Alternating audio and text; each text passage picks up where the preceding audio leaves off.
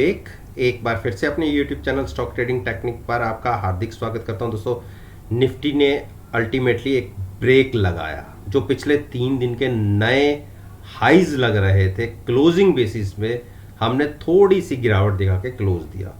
हाँ, चौथे दिन भी एक ऑल टाइम हाई जरूर लगा, लेकिन वहां से एक 150 पॉइंट के आसपास की अपने हाई से हमने गिरावट दिखाई। उसका रीज़न क्या था कि आज एक क्रेडिट पॉलिसी थी।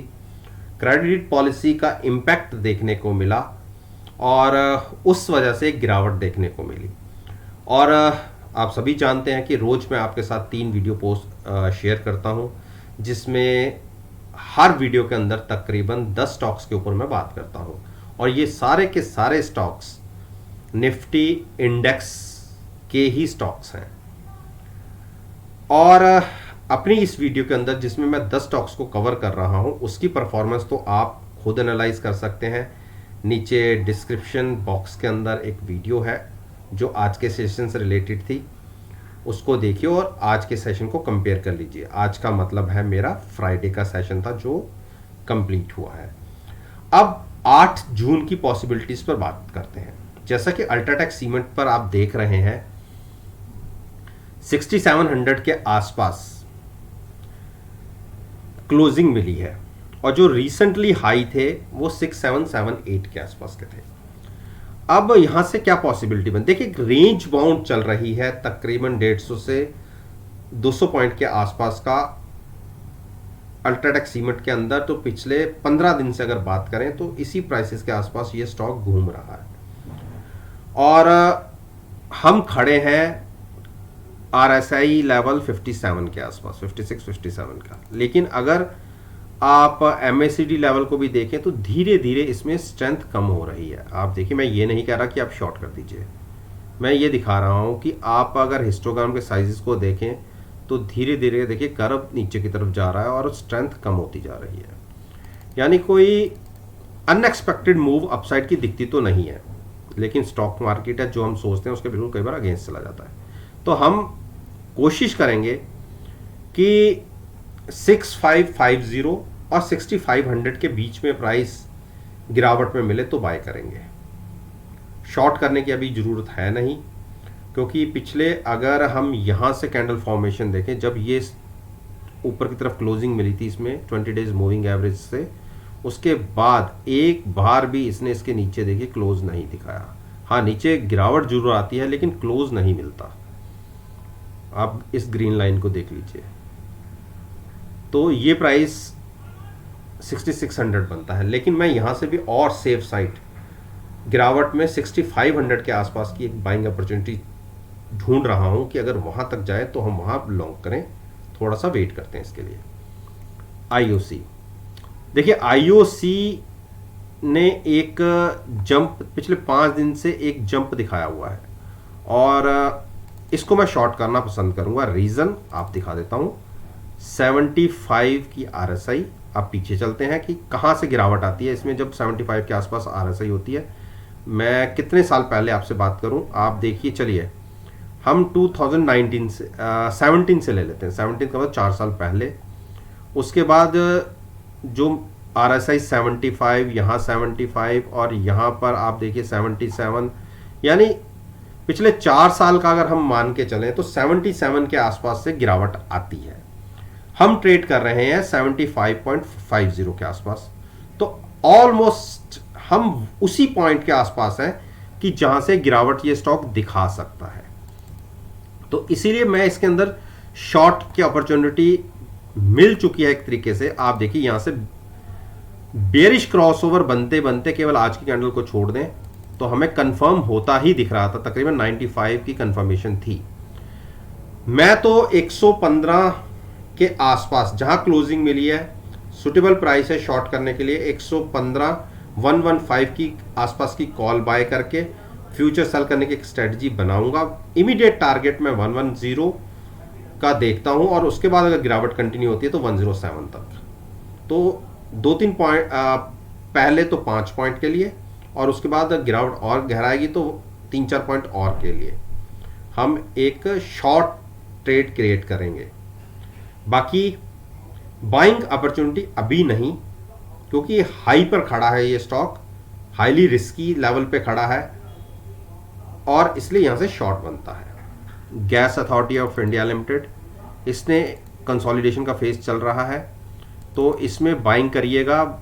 जो फ्राइडे के हिसाब से लेवल बनते हैं 154 और 156 के बीच में। 158 एक स्ट्रॉन्ग सपोर्ट है, गिरावट गहराती है तो 155 के प्राइस के आसपास लॉन्ग किया जा सकता है, तो तब तक इसे भूल जाइए। टाटा मोटर्स में देखिए मेरे टारगेट अचीव कर दिए। मैंने कहा था कि डिप पर अगर आपने यहाँ पे बाई किया होता, देखिए ये टारगेट 315 के आसपास के आए थे, देखने को आपको मिले थे, और वहाँ से वन साइडेड मूव 338, मैंने 340 तक के टारगेट्स की बात करी थी, वो देखने को मिल गए।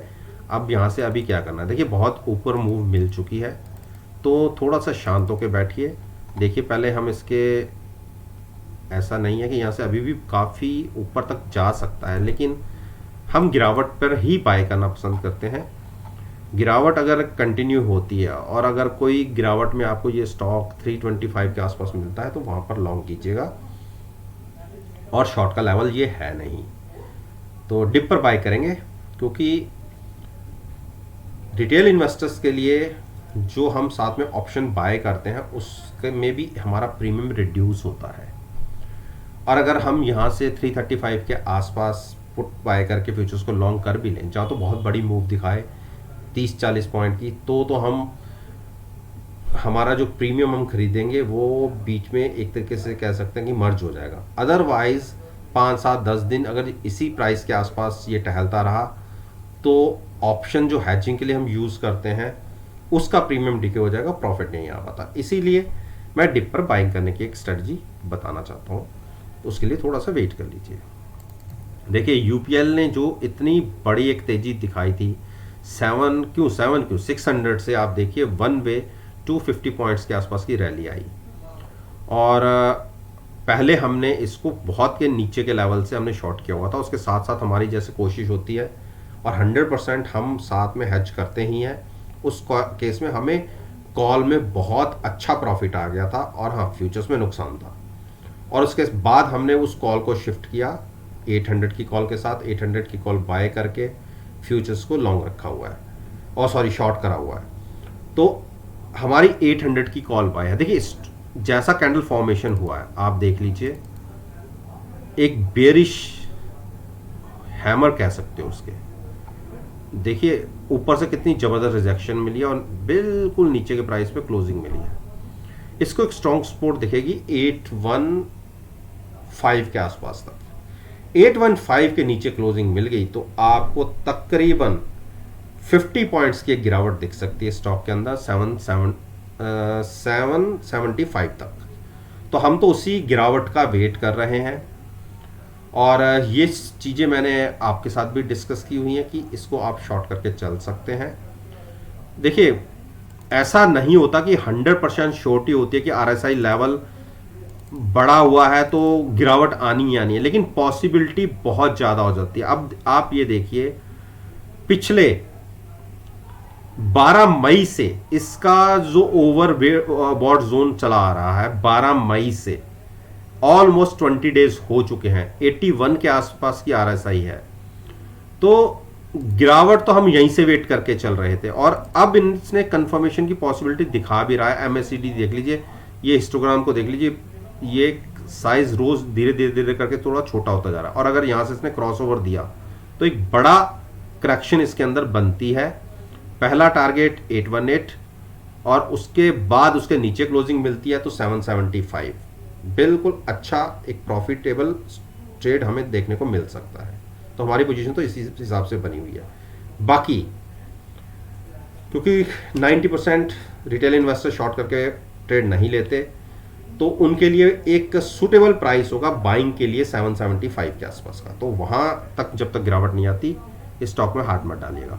हीरो मोटोकॉर्प ने देखिए जो मेरा 2960 का एक प्राइस था उसको इसने तकरीबन 10-12 दिन होल्ड किया, और जो फ्राइडे की कैंडल फॉर्मेशन है उसमें एक शुरुआत दिखी है, और रिसेंटली हाई के आसपास क्लोज हुआ है। तो 3170 का टारगेट मेरा अगले 2 या 3 दिन में आने की पॉसिबिलिटी बन रही है, और आप सभी को पता है, तो हम तो नीचे से इसको 2800 के आसपास से लॉन्ग किए बैठे हैं। तो एक बार हमारी कोशिश होगी तो हमें अच्छा प्रॉफिट जनरेट हुआ है। तो और जिनको मैंने 2960 के आसपास 2950 की पुट बाय करके फ्यूचर्स लॉन्ग किया है, वो भी अच्छे प्रॉफिट में आ गए हैं। तो अगर एक मूव और 3100 तक मिल जाती है 50 to 60 पॉइंट की, तो एक बार प्रॉफिट ले लीजिए और शांत हो जाइए, क्योंकि हम अच्छा प्रॉफिट में अपने ट्रेड को क्लोज करेंगे। बाकी देखेंगे कि कहाँ तक की मूव बनती है। देखिए 64 65 की RSI है, तो गुंजाइश है ऊपर जाने की। अभी गिरावट के कोई लक्षण भी लग नहीं रहे, तो इसलिए शॉर्ट करने की गलती नहीं करनी। नीचे वाले जो बाय करके बैठे हुए हैं वो एक बार ऊपर जाके प्रॉफिट लें और शांत हो जाए, और जिनको नया ट्रेड लेना है उन्हें वेट करने के लिए थोड़ा सा सलाह दूंगा। टाइटन में हमने क्या बोला था कि इसको शॉर्ट करेंगे, और देखिए शॉर्ट का प्राइस बिल्कुल 1700 के आसपास या 720 के आसपास का मैंने बोला था, और RSI भी देखिए 75 के आसपास हो गई थी। 76 से वापस घूमी है, मैं आपको दिखा देता हूँ। 76 से ही वापस हुआ है, और यही हमारा एक शॉर्ट का कैंडिडेट भी था, और 1700 की कॉल से फ्यूचर्स हमने सेल करा हुआ है। और मेरे हिसाब से टारगेट जो हमारा बनता है, जिसके लिए हमने ट्रेड लिया है, वो है 1620। तकरीबन 80 पॉइंट्स के लिए हमने ये शॉर्ट का ट्रेड लिया है। बाइंग अपॉर्चुनिटी जिसने बाय करना है स्टॉक को, वो प्राइस 1615 और 1575 के बीच में आएगा तो लॉन्ग जाइएगा, तब तक वो वेट करें। हमने पोजीशन शॉर्ट साइड पर ली है, कॉल बाय करके फ्यूचर सेल करा है। अब देखते हैं कि हमें प्रॉफिट आ जाता है या हमें अपनी पोजीशन आगे तक कैरी करनी पड़ेगी। तो इस तरीके से हमारा ये स्टॉक है। TCS ने क्लोजिंग अच्छी दिखाई है, और मैंने मना किया था कि एक बार हमारा इन प्राइसेस के आसपास 3110 के आसपास मैंने कहा था कि वहाँ से आप लॉन्ग कर सकते हैं। वहाँ तक गिरावट नहीं हुई, और जो 3125 तक तो स्टॉक गिरा था 2-3 दिन पहले, लेकिन हमने उस दिन हमारा ये प्राइस नीचे का था। तो क्योंकि फ्राइडे के सेशन में एक मूविंग एवरेज का प्राइस थोड़ा ऊपर बढ़ गया है 3135, और अब जो हमें इसको बाय करना था वो 3135 और 3120 के बीच में, उससे पहले ही पलट गया। लेकिन अभी हम वेट करेंगे, थोड़ी सी गिरावट पर बाय करेंगे, क्योंकि ये तेज़ी मुझे खास लग नहीं रही जो फ्राइडे के सेशन में मिली है। मेरे हिसाब से एक बार ये स्टॉक 3100 तक आना चाहिए, तो वो एक सुटेबल प्राइस रहेगा बाय करने के लिए। तब तक हम वेट करेंगे, आज शॉर्ट नहीं करेंगे। मारुति ने देखिए क्या बढ़िया, मेरे इंट्राडे में तो देखिए 7300 भी लगा दिया। और ये मैंने ये कहा था कि यहाँ पर एक बार थोड़ा सा साइड होके बैठिए, और एक अच्छी स्ट्रेंथ बन रही थी। रीज़न क्यों मैंने साइड होने के लिए बैठा था, नीचे से हमें बहुत अच्छे प्रॉफिट पे थे। और देखिए जो हाई से स्टॉक ने तकरीबन 2000 पॉइंट की एक गिरावट गिराई थी, उसमें से तकरीबन 800 पॉइंट्स की एक रिकवरी देखी जा चुकी है। तो वन साइडेड मूव चली जा रही है, बाइंग दिख रही है। मैं मान के चलता हूं कि जितनी गिरावट आती है उसमें से 50% जब एक शॉर्ट कवरिंग रैली आती है वो कवर हो जाता है, और वो प्राइस बनता है 7400। हम 7250 तक आ गए, देखिए वहां से गिरावट दिखी। तो 7240 जो ये मेरी एक ट्रेंड लाइन थी, जहां पे ये देखिए स्टॉक फिर थका और उसी के आसपास की क्लोजिंग दी है। मैं थोड़ा सा हाईलाइट कर दिया है, बड़ा कर दिया है। तो इसी प्राइस के अगर नीचे फिर से क्लोजिंग मिलती है, वो प्राइस है 7230 से अगर नीचे क्लोजिंग मिल जाती है मंडे के सेशन में, तो कॉल बाय करके शॉर्ट पोजीशन बन सकती है टारगेट 7100 के लिए, तो ही। अदरवाइज पॉजिटिव खुलते हैं तो शॉर्ट नहीं करनी और बाय भी नहीं करनी, नया ट्रेड बिल्कुल नहीं लेना। जिनका ट्रेड नीचे से कंटिन्यू चला आ रहा है उन्हें मैं एक सजेशन दूंगा। सजेशन ये है कि जो आपको कॉल में फ्यूचर्स में प्रॉफिट आ रहा है, उस प्रॉफिट को पहले तो लॉक कीजिए। लॉक कैसे होगा? पुट आपकी बहुत नीचे की बाय है और फ्यूचर्स में ह्यूज प्रॉफिट है। अब यहां से अगर कोई गिरावट आ जाती है तो आपका प्रॉफिट तो धुल जाएगा। उसका सबसे बढ़िया तरीका क्या है कि आपने जो नीचे पुट खरीद रखी है उस पुट को स्केयर ऑफ करके, उसमें लॉस आएगा, उस पुट को स्केयर ऑफ करके 70-200 के आसपास की पुट बाय कर लीजिए। यानी यहां तक का आपने सारा प्रॉफिट लॉक कर लिया। यहां से गिरावट आएगी भी, फ्यूचर्स में नुकसान होगा तो पुट आपको प्रॉफिट दे देगी, तो आपका प्रॉफिट यहां पे लॉक हो गया। और यहां से बड़ी मूव अगर कंटिन्यू होती है तो वो एडिशनल आपका प्रॉफिट होगा।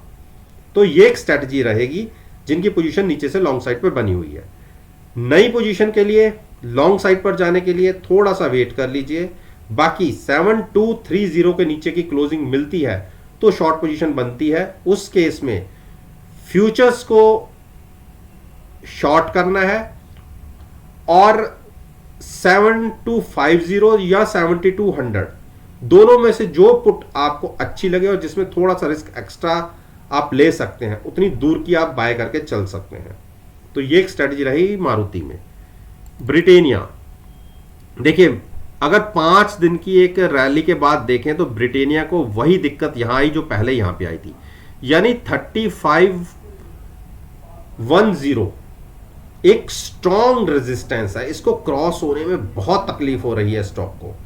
लेकिन मैं आपको ये कह सकता हूं कि जिस दिन इसके ऊपर इसको क्लोजिंग मिल गई, 3615 की आज जर्नी देखिएगा, 2 दिन के अंदर आपको मिल जाएगी। तो 3510 के ऊपर क्लोजिंग मिलने पर, अब क्लोजिंग आप कहेंगे जी क्लोज ही होगी तो मार्केट तो मिलेगी कैसे? लास्ट के जो 1 या 2 मिनट बचे होते हैं, अगर आप देखिए क्लोजिंग समझते हैं कि 3510 के ऊपर आ जाएगी तो आप इसको स्टॉक को लॉन्ग कर लीजिएगा। साथ में हैजिंग के लिए 3500 की पुट बाय कर लीजिएगा। 100 पॉइंट्स के एक टारगेट के लिए बिल्कुल आप लॉन्ग साइड पे जा सकते हैं। उस केस में हम तो ह्यूज प्रॉफिट में होंगे, तो हम अपना एक बार प्रॉफिट लेके स्क्वेयर ऑफ होंगे।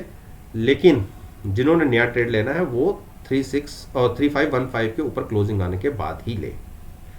तो दोस्तों, ये मैंने आपके साथ 50 इंडेक्स के जो ये स्टॉक्स हैं उनके ऊपर मैंने अपना ओपिनियन आपके साथ शेयर किया है। और मेरा ये मानना है कि अगर मेरी इस वीडियो को आप जो 8 जून का सेशन होगा उसके साथ एनालाइज करेंगे, यकीन मानिए आपको बहुत अच्छे पॉजिटिव रिजल्ट्स देखने को मिलेंगे। वीडियो अच्छी लगे तो लाइक जरूर कीजिएगा, शेयर कीजिए और मेरे यूट्यूब चैनल को सब्सक्राइब करना मत भूलिएगा ताकि नोटिफिकेशन टाइम से आप तक डिलीवर हो सके। इस बात के साथ मैं आपसे विदा लेता हूँ और एक नई वीडियो के साथ फिर से आपके सामने आऊँगा। तब तक के लिए धन्यवाद।